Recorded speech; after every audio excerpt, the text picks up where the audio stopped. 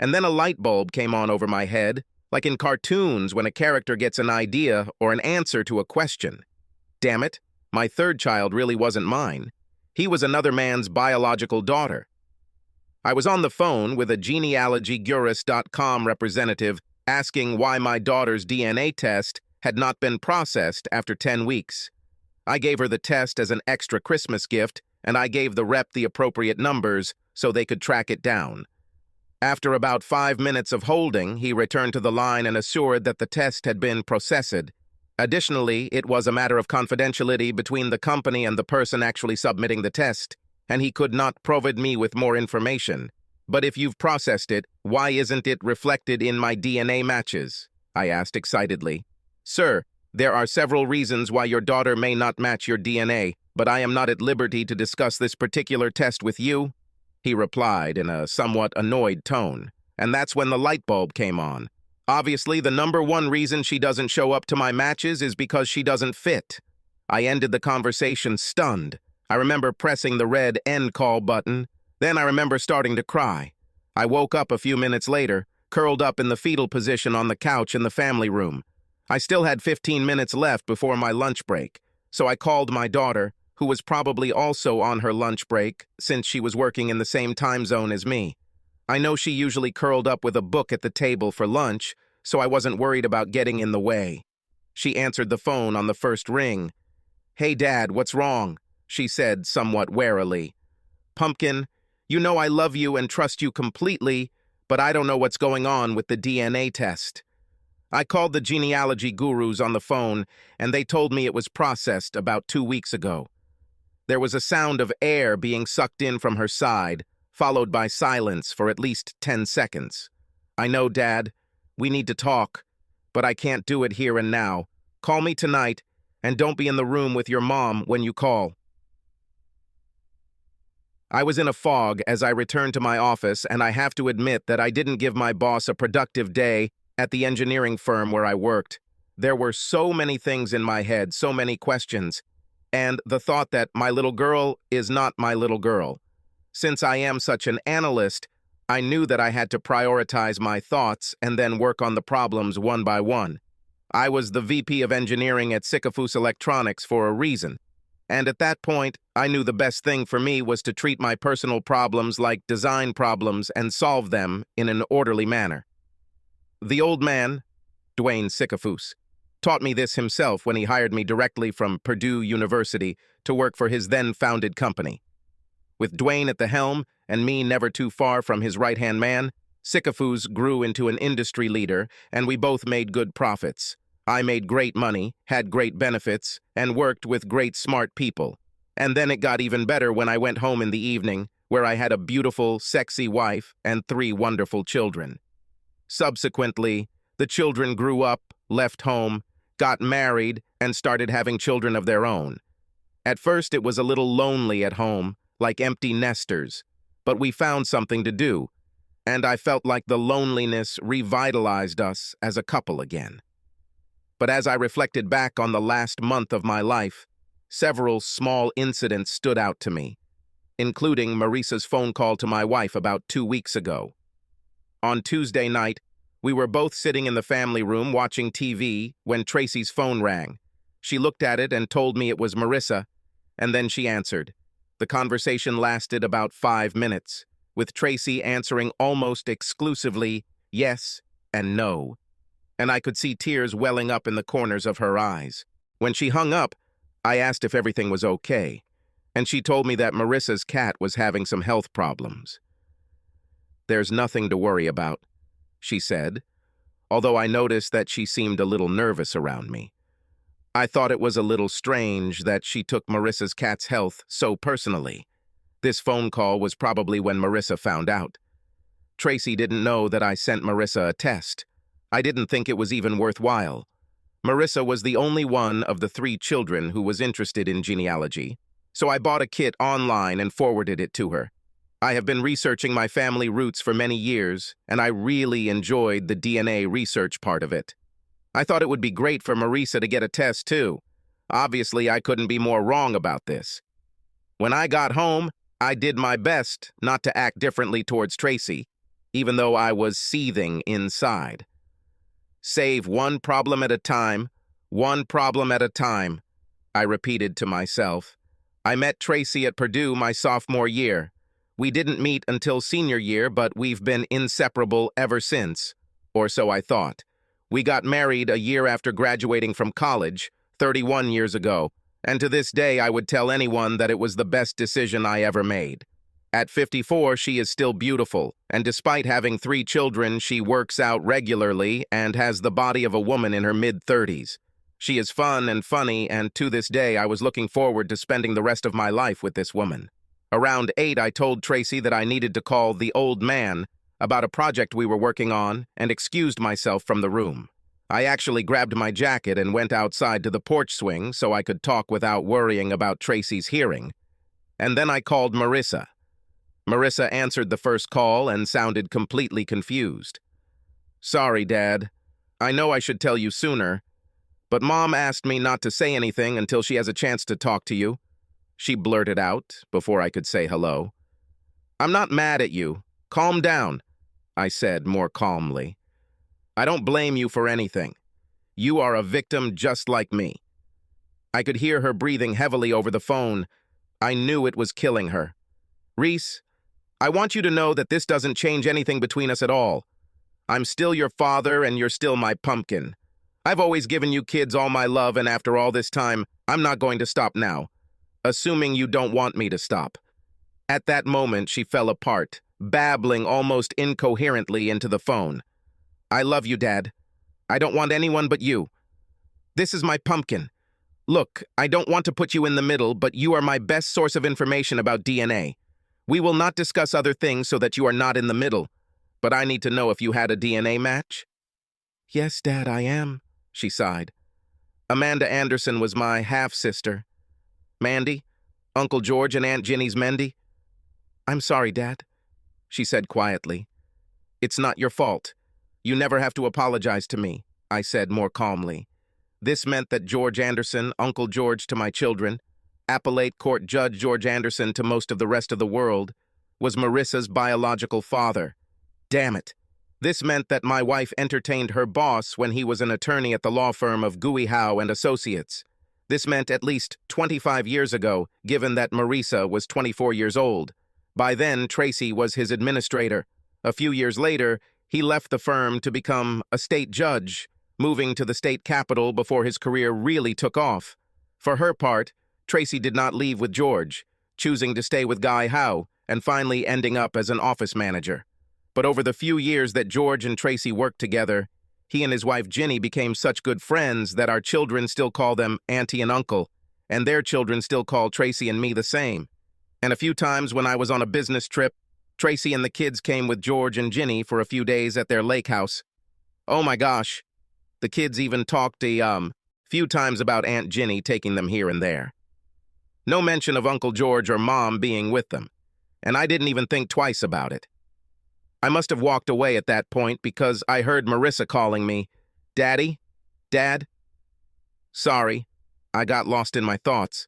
Thanks for your help, kid. Say hello to Drew." "Wait, Dad, what are you gonna do?" It was a legitimate question, but I didn't have a good answer, so I just told her the truth. "Not sure, kid." "Well, Dad, don't rush out and do something incredibly stupid. A little stupid is okay, but don't get yourself arrested or anything." I hadn't thought about shooting Tracy until that moment, but I had promised Marissa that I wouldn't get arrested, so I guess that took shooting out of the equation. I never break promises to my children. Convincing Marissa of our relationship was my #1 priority, and finding out who Tracy's partner in crime was my #2.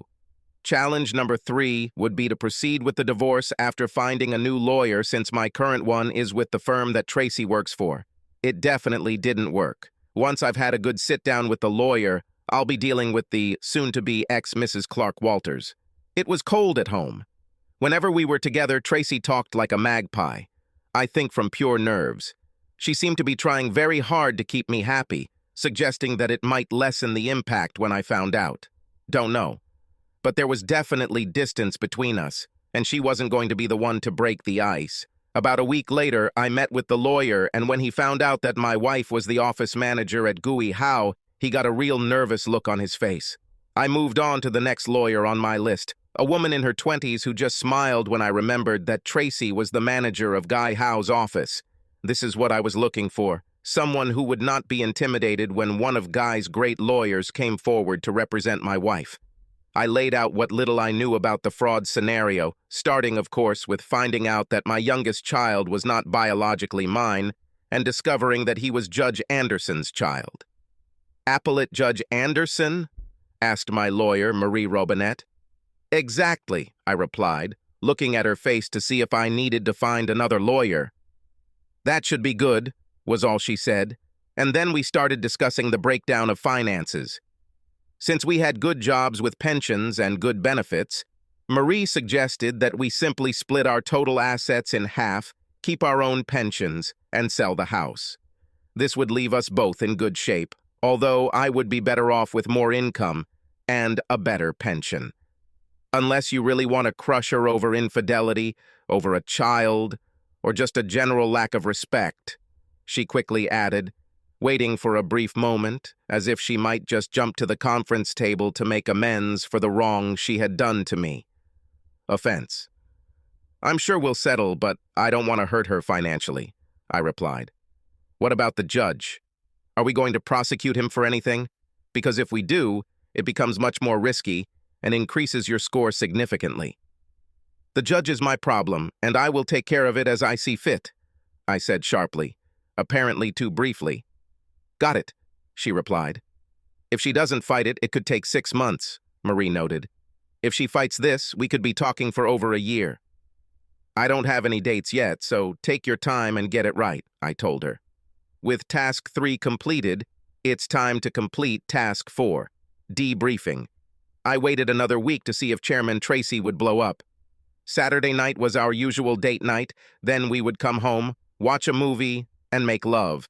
But Saturday sex was always special because we went to bed early so we had plenty of time to play. We were both usually exhausted when we finished and would just cuddle with each other before getting up to clean up. However, we didn't date for 2 weeks or have sex for as long because I just couldn't bring myself to do it after I found out about the affair and Marissa. Tracy never even questioned it, another sign that she knew I knew, but she was really good at abstinence. However, this had to end. I took her to a nice French restaurant, and we shared a bottle of wine and even had some great desserts. She was happier than I had seen her in weeks. Then, when we got home, I carefully took off her coat, led her to the kitchen table, pulled out a chair for her, and said those famous words, "We need to talk." Tracy kind of half smiled at me as I poured myself a Jack Daniels over the ice and offered her something from the liquor cabinet, which she cautiously declined. I put the drink on the table and looked her straight in the eyes. "It was a long time ago, Clark. George and I haven't slept together in about 20 years.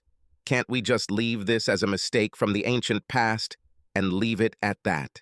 Well, I have to admit that I was glad that she wasn't trying to say that the DNA test was wrong, but was trying to make it easier by saying that it was so long ago that it doesn't matter anymore. Indeed. "Okay, the last time you had sex was about 20 years ago.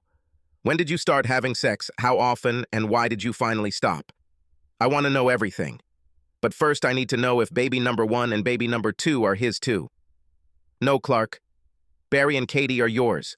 I didn't even sleep with George until a year after Katie was born. The affair lasted about 3 years at the beginning. Then we stopped when George decided to leave the firm and move. He waited about a year after we stopped to submit our first position to the judge because he wanted to make sure the background check would show he was clean. And then we only made love a few times at the lake house when Ginny innocently took in all the kids for fun. During the day, Ginny also didn't know at the time, although George eventually told her, and all 3 of us later had a peaceful conversation during which George and I promised her that we wouldn't date again. "Why didn't you ever tell me or try a peaceful plan with me?" I asked sharply. Tracy wiped her hands on her sleeves and replied, "I knew I could never tell you. You'll divorce me instantly, and I definitely didn't want that. I loved you. I still love you. You probably love George better, I said. Start and stop on his orders without thinking about me. I was your backup option. No, Clark, I love you with all my heart, she begged. No, you loved him with all your heart. You loved him so much that you gave him up so he could pursue his career dreams, knowing all along that I was your backup plan. You may have loved some things about me at that moment, but you knew that I absolutely adore the ground you walked on, and you counted on it and our family to help you lose him. Tracy looked down at her knees. It really hurt, and I knew I could handle it. What about Marissa? Obviously, he was dealing with you without protection, and you should have known where this could lead, and it did. I just thought that since you both have brown hair, brown eyes, and fair skin, no one would ever guess whose child she is. And I knew that you would have no reason to think that she was not yours. When she ended up looking like me anyway, I didn't have to worry about it until you went and sent her that damn DNA test. I honestly never knew about it. So it's my fault? I asked incredulously. No. George and I discussed this possibility, but I told him that he shouldn't worry because you have similar physical characteristics. I haven't heard from him for at least a couple of years since they were at Marissa and Drew's wedding 2 years ago. Well, no matter who knows what, Marissa is still mine as far as I'm concerned, and that's what I told her. I'm on the birth certificate, I raised her, I love her, she's mine. George better not have any ideas about this, and if he calls, you better tell him so. And by the way, I will do a DNA test on the other 2 children as soon as possible. I need to know for my own peace. Clark, Tracy hissed. I told you that they are yours. And you expect me to believe you? Why? I snapped. More than anything, Tracy was completely taken aback by my new lack of trust. What the hell did she expect? But I know that she was also very worried that I would tell the other 2 children about her infidelity. Nobody wants to look bad in front of their own children. So how often did you 2 do this and where? Finish the story, at least for me, I chided. We didn't plan this, Clark. It just came out. We spent so much time working together, and then we became friends, and it just kind of grew from there. He was kind, considerate, witty, funny, passionate. You know the man, and we connected on a deeper level. But since we had spouses whom we both loved, we kept this to a relative minimum and moved the meeting places, usually outside the city. No, we never met either here or at his house. It would be wrong on several levels. But that didn't stop you 2 from having fun at the lake house a few times after the affair supposedly ended and Ginny went out with the kids, I reasoned out loud. No, it's not like that, she practically whispered to me. But I swear to you, we haven't been intimate since then. And Jenny knows all this and has forgiven you both? I asked, shaking my head in disbelief. Yes, I told you. I don't think I can, I blurted, my voice hoarse with intense emotion. We know what we did was wrong, Clark. But it's been 20 years, and you haven't been harmed in any way by this while this has been happening. And can't we just go back to the way things were a few weeks ago? You were my loving man. I am your loving wife. Nothing should change. But everything has changed, Tracy, I said. I spent the better part of 3 weeks thinking about what I did wrong when you fell in love with another man, and wondering if I would ever trust you completely again, let alone trust you that much. To stay married to you. I gave you my heart completely, and you put it in your pocket and took it out when it was convenient for you. This should not be a marriage of convenience.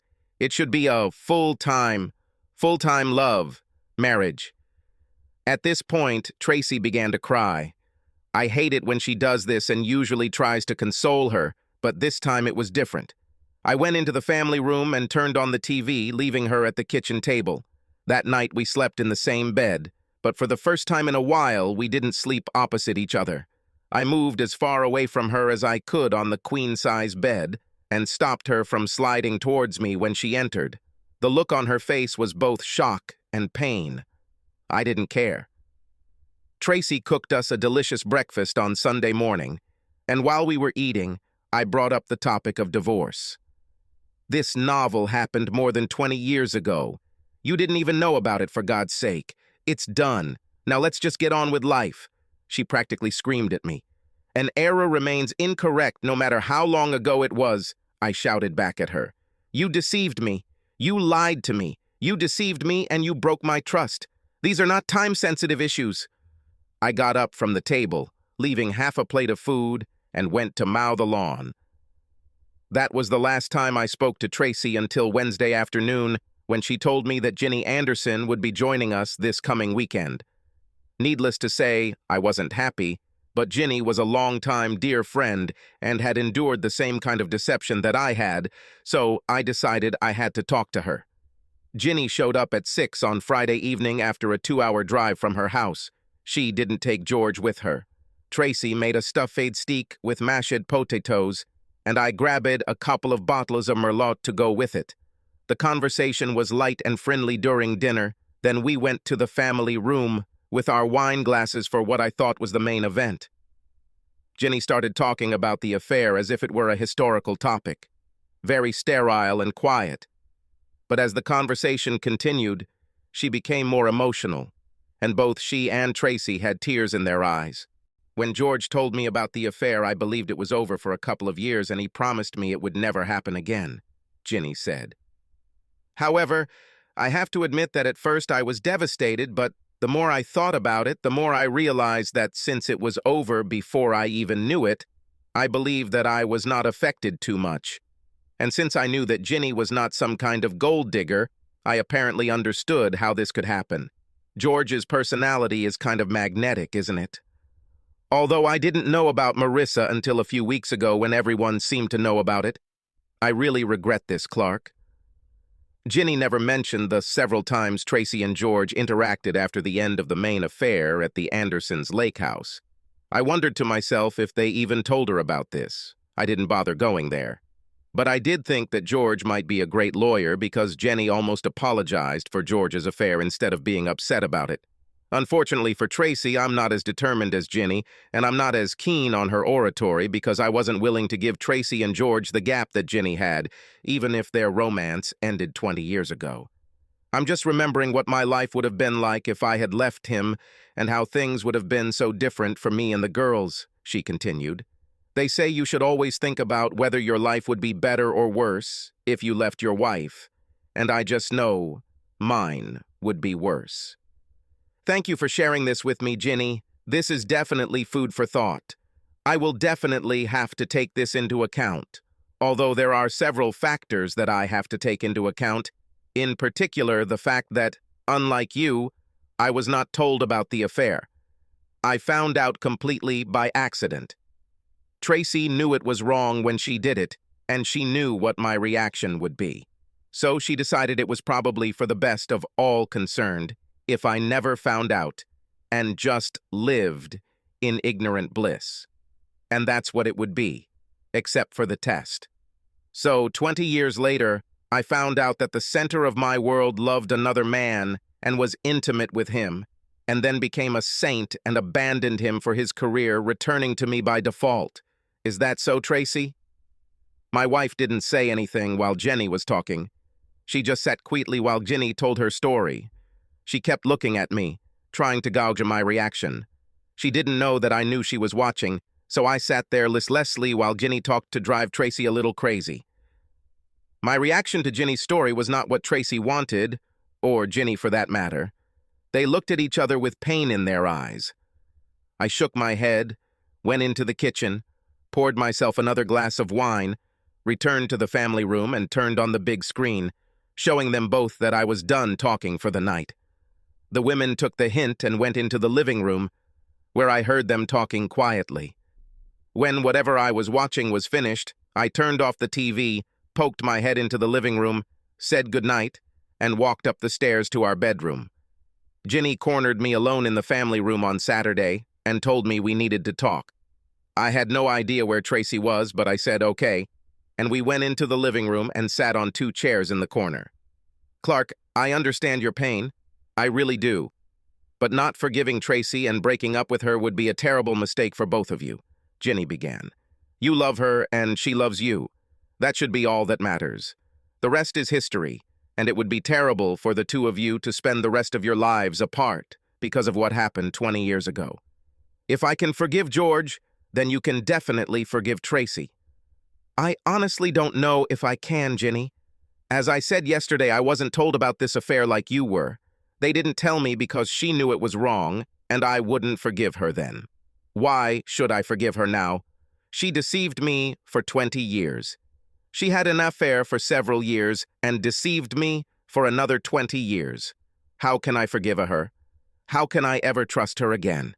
I shook my head, stood up, and left the room, passing Tracy in the hallway.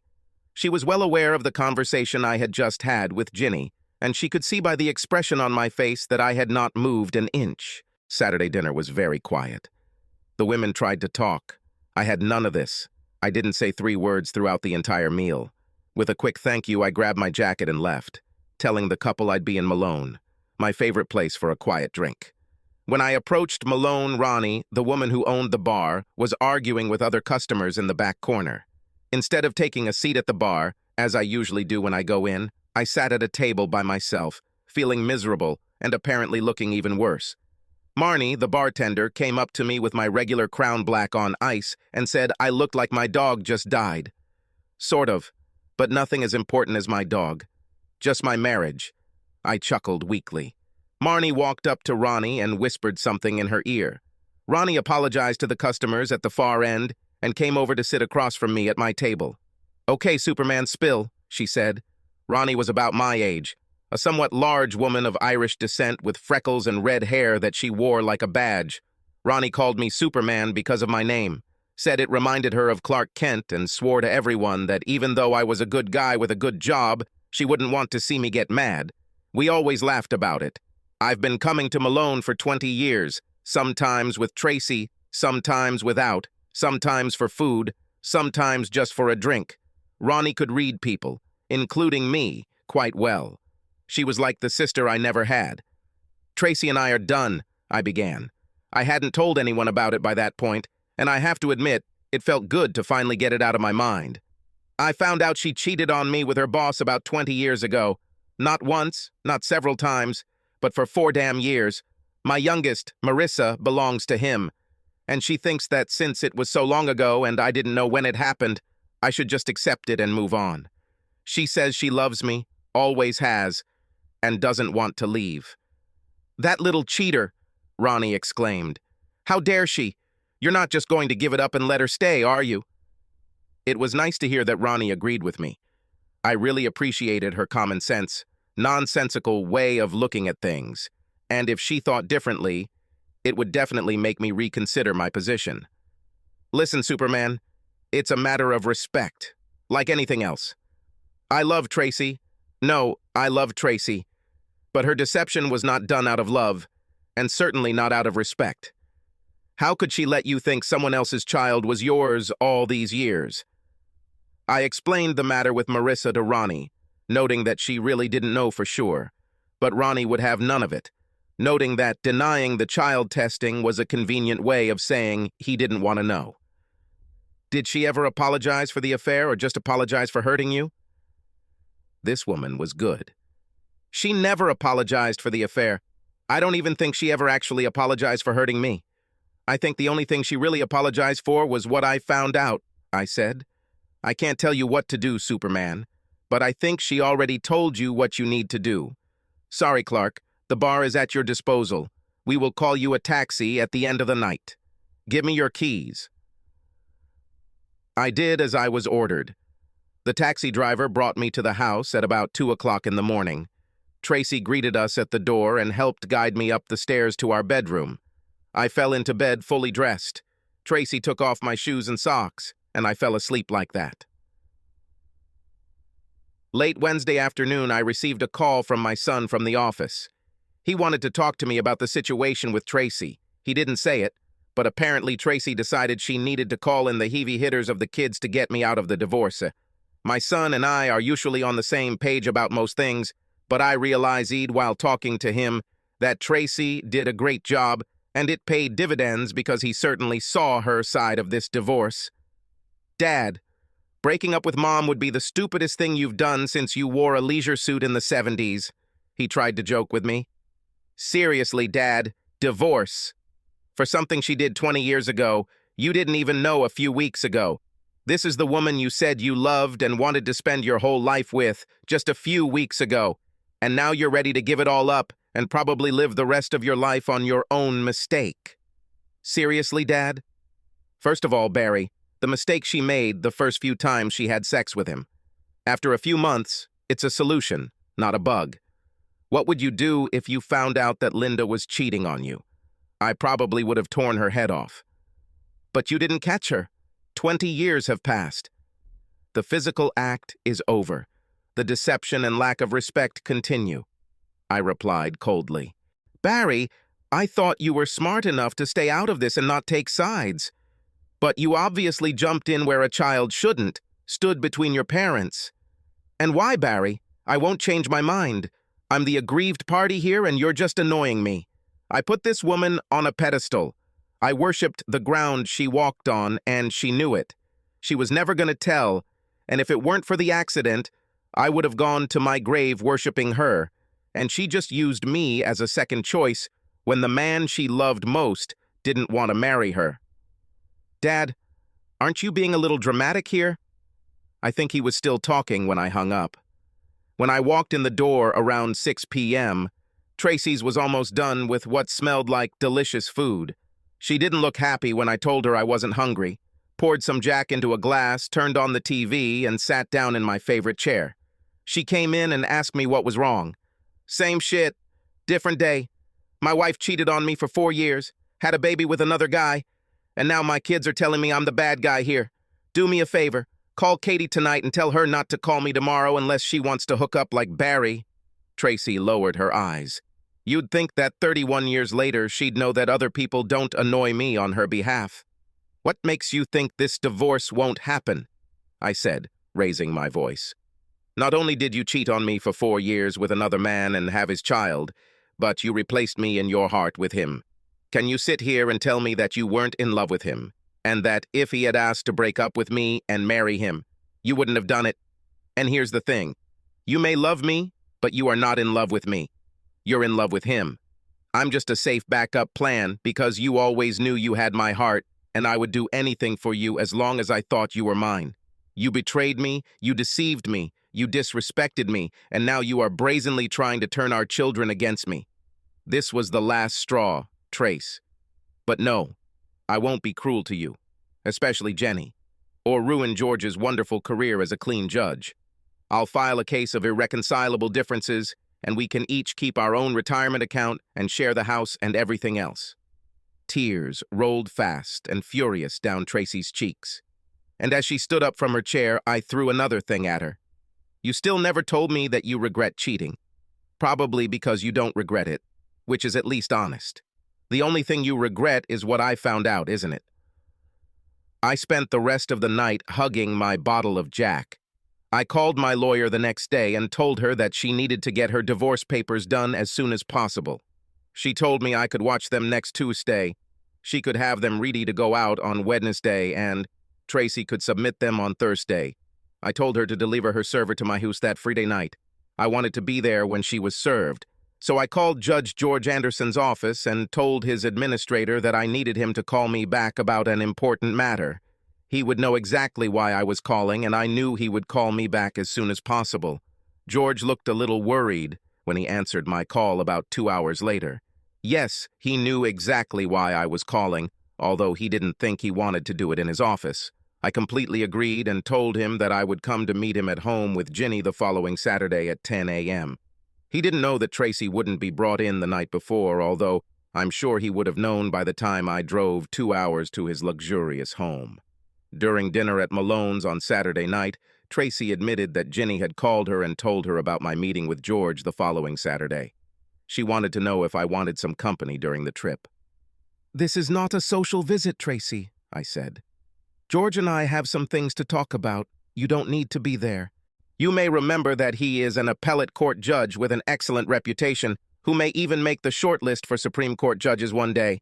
If you go over the grant with him, you could be arrested, and besides, you promised me you wouldn't do anything that would harm his career. That's right, choose him over me again.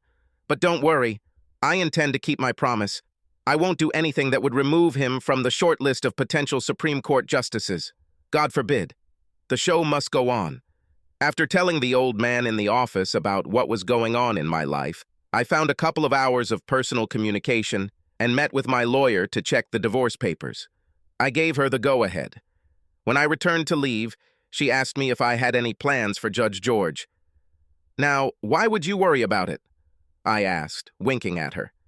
"Because I am still handling some criminal cases, and I believe you may need a good lawyer. You engineers don't seem to get too emotional about a lot of things, but I know you're pretty tough and your methodical approach to things scares me." She handed me her card, and I left the office. For the next 3 days, time passed quickly. We were working on a big project in the office, and it allowed me to focus on something other than life. The old man even told me that he was shocked at how focused I was despite the adversity in my life. I told him I was glad that at least something was going well. But on Friday night before I left, I told him about Tracey being served, and I had run into Georgie and warned him that if things went wrong I could end up in jail on Monday. He assured me that he had my back, and the money was bail. We went for a handshake. I came home to another wonderful-smelling meal that Tracey had prepared. She recently outdid herself in trying to get me to focus on her many skills. She truly was a great cook. I almost felt guilty because I knew what would happen after lunch. We ate the food mostly in silence, as we had been doing for the past few weeks, although I made sure to tell her how great the food was. After all, I'm not an ungrateful bastard. Then I helped her wash the dishes. But as we were about to go to the family room for an evening of TV, the doorbell rang. It was almost equal to 7. I knew it wasn't for me, so I didn't move to get it. Tracey gave me a funny look, then walked to the door and opened it. A well-dressed young man was on the porch, and he asked Tracey if she was Tracey Walters. When she answered in the affirmative, he handed her the envelope, said, "You have been served," returned in heels, and left.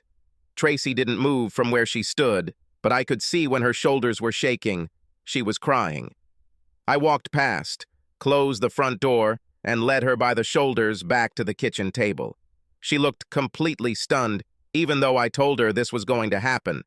We sat in silence for what seemed like an eternity, but in reality it was only 5 minutes. Finally, she muttered, "You bastard," and ran upstairs to our bedroom. I didn't follow her. The hardest part was done.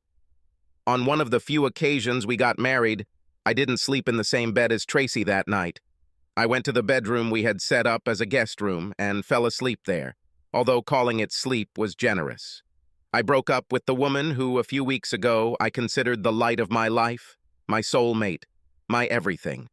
Despite everything going on, we were still sleeping in the same bed. I believe neither of us wanted to be the one to make the move. But now it's over. At least in my mind. I got up and showered, and when it was time to get dressed, I very quietly went into the bedroom and grabbed what I needed, being very careful not to wake Tracey and maybe start something. I didn't look to see if she was sleeping. I just took my clothes and left. I went casual, shirt collared, a decent pair of Levi's, and my steel-tipped cowboy boots that I made for myself when we visited our son at his home in Dallas. I left a little earlier than I needed to. I didn't want to be late for this meeting. If I had gotten there earlier, I could always kill time in the cafe, which is what I did. I stood on George and Ginny's porch at 10 o'clock and rang the bell. Ginny, beautiful as always, but very nervous, opened the door. "I'm sorry it ended this way," was all I could say as she leaned over to congratulate me. She didn't answer. She took my hand and led me into the den where George had all of his memorabilia and photographs laid out.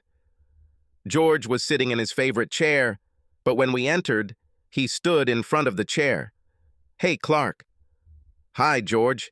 Ginny looked downright scared as she left the room. We stood about 6 feet apart, looking at each other. This was a man whom I at one time considered almost an older brother. We were so close. George was 2 years older than me, about the same size, but the gentle life of the last 20 years had added about 30 pounds more to him, about 20 in his round belly. We shared our hopes and dreams with each other. We walked together. We fished together. We hunted together. I was proud to call him my friend, proud of where his refereeing career had taken him. Now, standing in front of me, assessing me with his eyes, he was no longer a friend, but an enemy.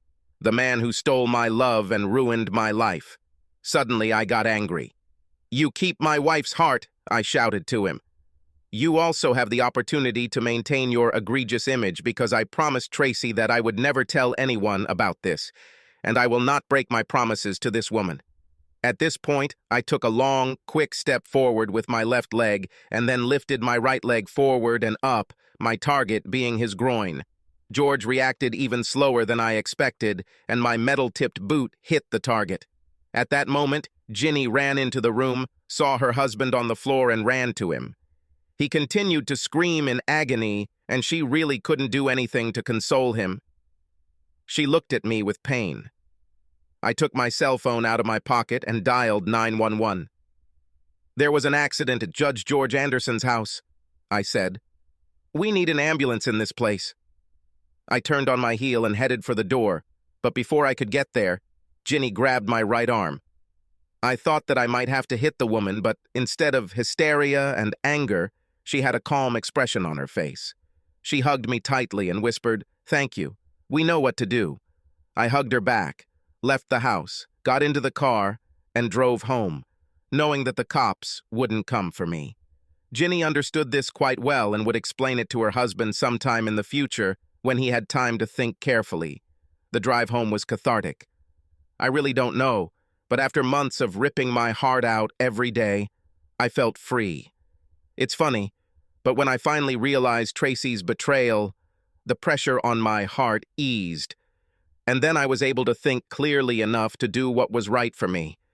This might be the right decision for everyone concerned, but sometimes you just need to take care of yourself. It's what everyone else has been doing for the last 20 years. Why not me now? Yes, I knew that part of me would always love Tracy, but I wasn't going to spend any more time studying this novel. This was not my creation, and it was not my choice. It's time to move forward. When I got home, I went down to the basement, grabbed a couple of suitcases, and went to our bedroom. I walked past Tracy, who was sitting in the family room, and she followed me into the bedroom. "Is that all?" she asked. Just like that. 31 years old and out the door? Tracy, I'm sorry that you're so wrapped up in yourself that you don't see how you've hurt me. How you trampled 24 years of my love with your deception. You don't see it, and you probably never will. I've come to terms with it, and I don't hate you. I don't even hate George, although the poor guy probably thinks so now. I'll make peace with Barry and Katie somewhere in the future. You can make peace with Marissa as quickly as possible. Poor girl is a mess. Sign the papers, Tracy, and let's get this thing done. I will remove the rest of the things from here in the coming days. I don't think we really need to talk anymore. If you have anything to tell me, I will put my lawyer's card on the kitchen table. She was amazed, with tears in her eyes, but without words. I took the suitcases, went downstairs, and put them in the truck of my car. I returned to the house, grabbed a few small items, and left. 31 years old, just like that. I made a mistake. In fact, after 8 months, no one in the family talks to me anymore. I don't care. The official story is that Judge George fell hard on the corner of his ornate desk in his lair, lifted himself up violently, and then did it again as he fell to the floor. The press called it a domestic accident. To be delicate, he received a lot of favorable press. I think this will not prevent him from being shortlisted by the Supreme Court. Tracy signed the divorce papers within a week, and the divorce was granted last week. The house will be sold at auction. Tracy hasn't tried to call me since I left. Barry and Katie didn't call either. I don't think I'll be invited to the family Christmas dinner, no matter where it is. The old man hands over the company to me for the new year when he retires. The agreement is that I have to run the company for 7 years before I can retire as a rich man with a very golden parachute. Then he will find someone to buy the company, and I will also receive 10% of this agreement. I also started going out to social events. I think I mean a date. It will take me a while to remember exactly how to do this. However, word of the divorce spread quickly, and several of our divorced women called to inquire about my interest. In fact, 2 or 3 of Tracy's divorced friends also called, expressing surprise that she would even let me run away. I have to admit, It was good for my ego. A good life awaits me ahead, full of challenges like professional, so personal. I'm working on taking up new hobbies with the extra time I have on personal matters. However, one hobby I have given up is genealogy. I've had enough. Subscribe to our channel so that your second chaff doesn't cheat on you, and go ahead and listen to the next story, because this story is nothing compared to the next one.